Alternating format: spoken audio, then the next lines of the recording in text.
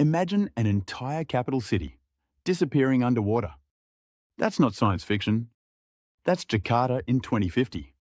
Parts of Indonesia's capital are sinking 11 inches every single year, faster than any other city on Earth. But here's the twist. Indonesia isn't trying to save Jakarta. They're building a completely new capital city from scratch. A $32 billion mega project rising from the jungles of Borneo. And what's happening right now? The new president might be letting one of the most expensive dreams in history die. Why Jakarta is doomed. Let's talk numbers that sound absolutely insane. Jakarta in 2025, over 33 million people crammed into the Greater Jakarta metropolitan area. That makes it the second largest urban agglomeration on the planet, breathing down the neck of Tokyo population density in some areas. 40,000 people per square kilometre. That's not just crowded. That's 4 times the density of New York City. But the real nightmare? The city is literally sinking into the ocean. By 2050, experts predict 95% of North Jakarta will be underwater. Why is this happening?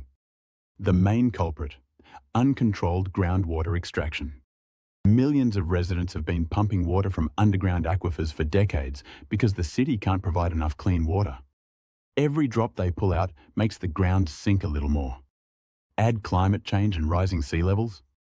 Jakarta's marshy coastal location turned into a death sentence. But wait, it gets worse. Traffic congestion costs the economy $6.5 billion per year. Air pollution, so thick you can taste it, flooding during every rainy season. 40% of the city is already below sea level. Indonesia's government looked at this ticking time bomb and made a radical decision.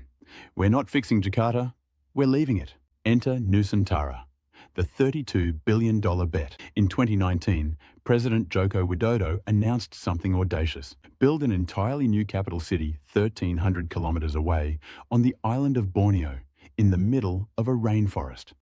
The name? Nusantara, which means archipelago in Javanese.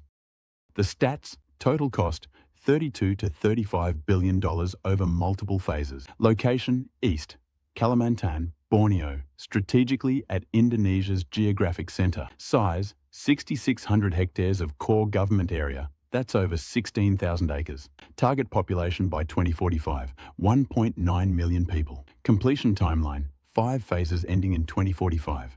Indonesia's 100th. The selling points. This wasn't just about escaping a sinking city. Nusantara was pitched as Indonesia's sustainable utopia.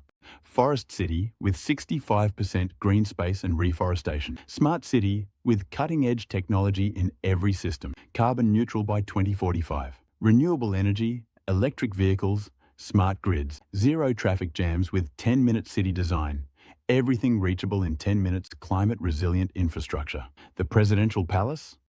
Already built. Government buildings? Under construction.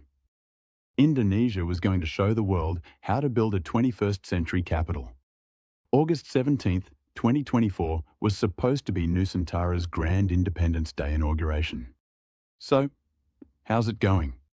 From dream city to political abandonment. Here's where this story takes a dark turn, and it's all about political power. The August 2024 inauguration? It happened, but it was largely symbolic. A ceremony in the dust. A few dignitaries, some speeches, minimal infrastructure. The real issue is the transfer of power. President Prabowo Subianto took office in October 2024. And here's the brutal truth. Nusantara was never his dream. It was his predecessor's obsession. Former President Joko Widodo wanted Nusantara to be his legacy. Indonesia's answer to Brasilia, to Canberra, to Washington, D.C. But Prabowo? He has different priorities. His flagship policy?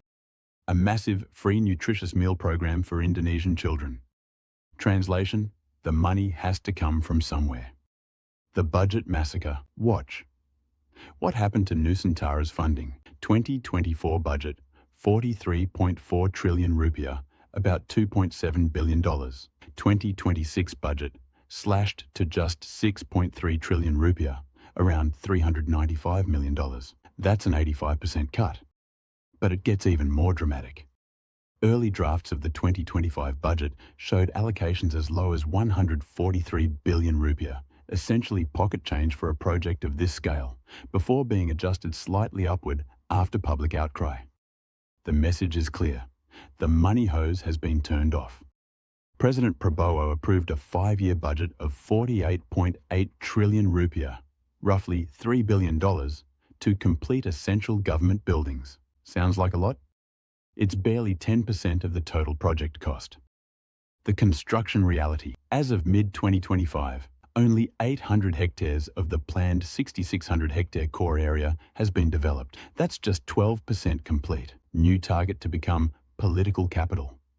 2028. But here's what that really means. Parliamentary buildings? Construction began in late 2025, years behind schedule. The 12-kilometre road network? Still under construction. Essential infrastructure like hospitals, schools, shopping centres? Barely started. The investment problem. Yes, there's been $4 billion in private investment by May 2025. That sounds huge. But here's the context.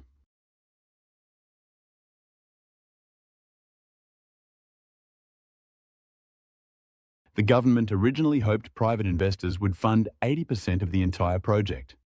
That means they'd need around $25 to $28 billion from companies. They've raised $4 billion. That's only 14 to 16% of what they need. And here's the kicker. Most of that investment is actually domestic Indonesian conglomerates pressured to chip in. Foreign investors? They're staying away. SoftBank pulled out. The big global money isn't biting.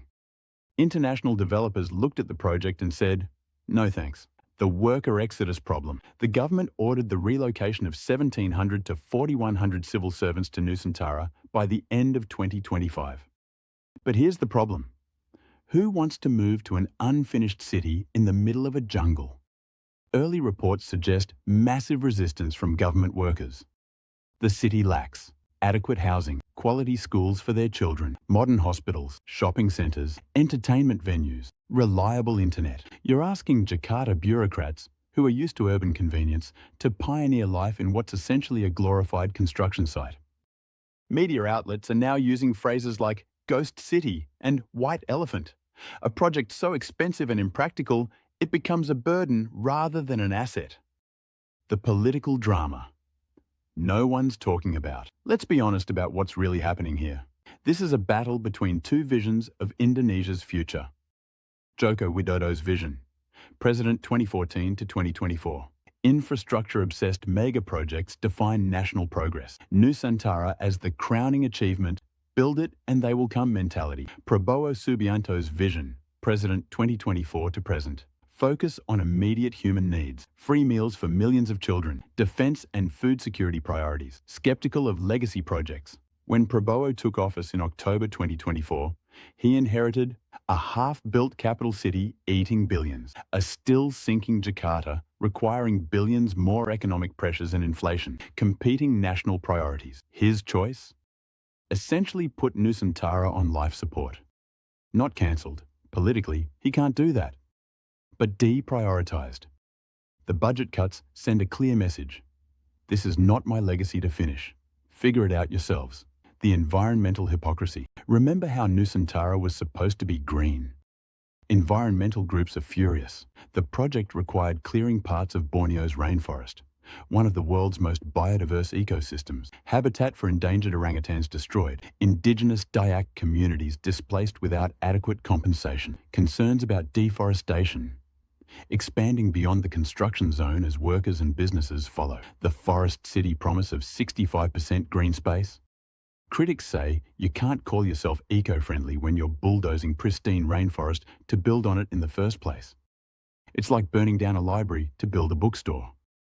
The inequality question. Indonesia has 280 million people. Tens of millions live in poverty.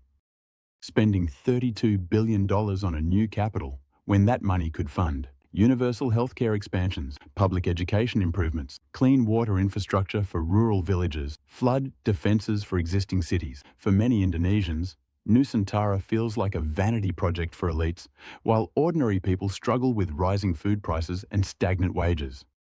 And now, the new president seems to agree. 3 possible futures. Scenario 1.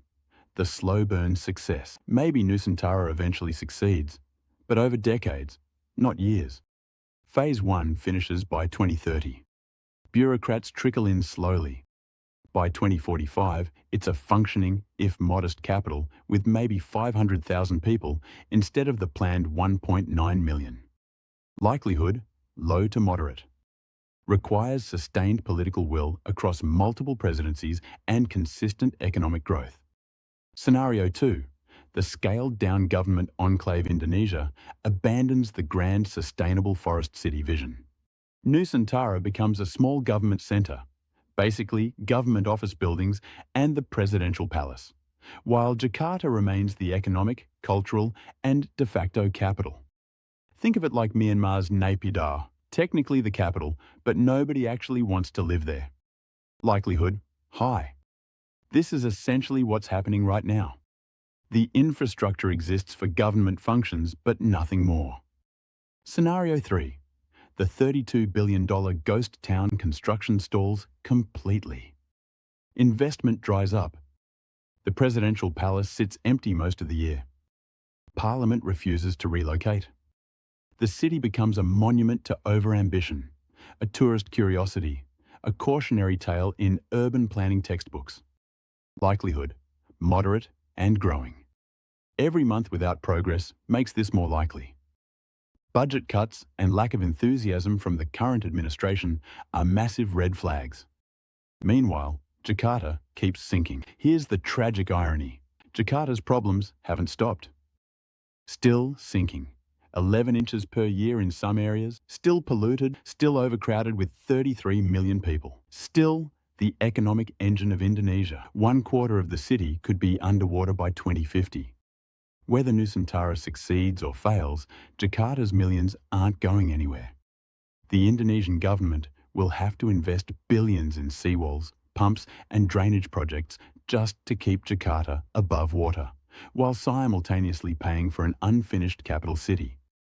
They're now paying for 2 capitals, and neither is working properly. The lesson: Nusantara is one of the most ambitious urban projects in modern history. But it's also a cautionary tale about mega projects tied to one leader's ego. What happens when political priorities shift environmental trade-offs that can't be undone? The difference between blueprints and reality. Former President Widodo wanted to build the capital of the future. Current President Prabowo inherited an expensive construction site and said, "Not my priority." Indonesia wanted to escape climate catastrophe by moving to higher ground. Instead, they might have created 2 disasters: a sinking capital they can't save, and an empty capital nobody wants. The big question for 2026: will Indonesia's next generation of leaders recommit to the Nusantara dream? Or will this $32 billion bet become a warning to every nation facing climate crisis? You can't just build your way out of the problem. Not if the political will isn't there. Not if the people don't follow. What do you think? Should Indonesia keep pushing forward with Nusantara or admit the dream is dead and focus on saving Jakarta? Drop your take in the comments.